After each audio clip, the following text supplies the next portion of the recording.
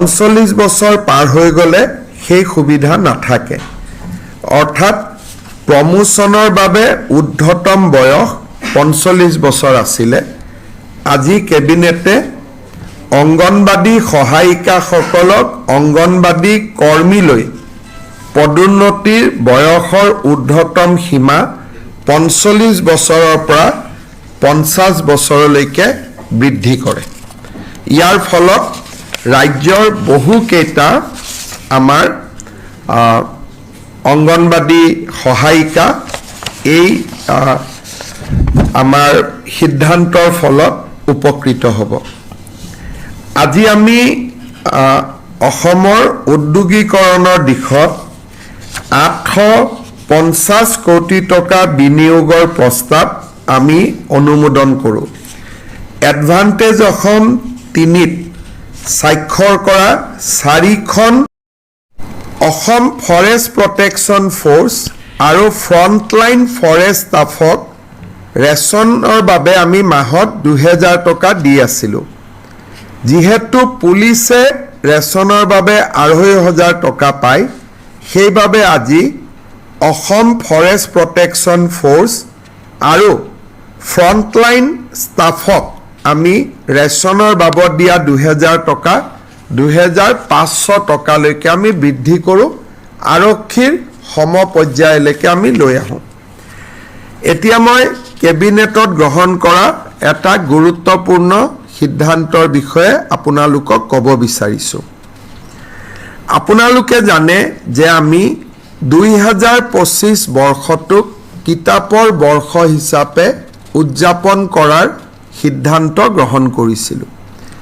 সেই সিদ্ধান্ত অনুসৰি কেবিনেটত আজি আমি কেইবাটাও সিদ্ধান্ত গ্ৰহণ কৰোঁ, যাৰ বিষয়ে আপোনালোকক মই অৱগত কৰিব বিচাৰিছোঁ।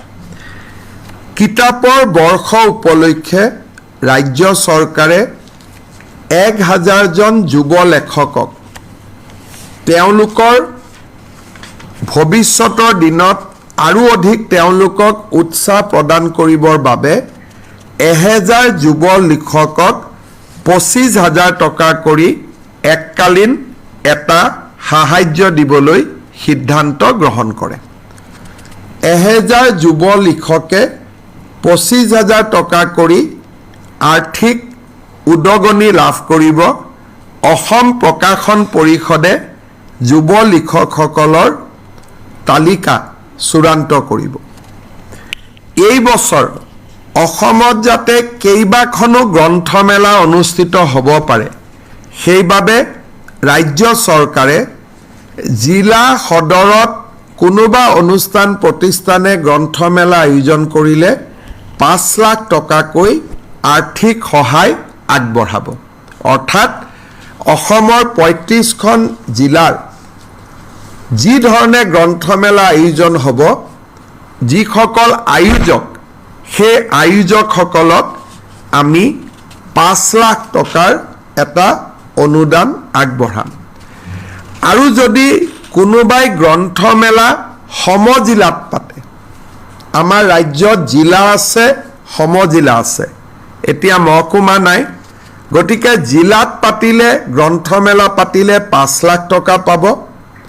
আৰু সমজিলাত যদি গ্ৰন্থমেলা পাতে ২৫০০ টকা তেওঁলোকে ২.৫ লাখ টকা আমি বিতৰণৰ বাবে সিদ্ধান্ত লৈছোঁ। এই ১২ লাখ পৰিয়াল মেইনলি চৰকাৰী শিক্ষক, পঞ্চায়তৰ প্ৰতিনিধি, এই ধৰণৰ যিখিনি আমাৰ এখন তালিকা আছে, তালিকা অনুসৰি ১২ লাখ ঘৰত আমি ভূপেন হাজৰিকা দেৱৰ জীৱনীখন আমি প্ৰেৰণ কৰিম। কিতাপৰ বৰ্ষ উপলক্ষে যোৱা প্ৰেছ কনফাৰেন্সত আমি কৈছিলোঁ যে ৩৮ লাখ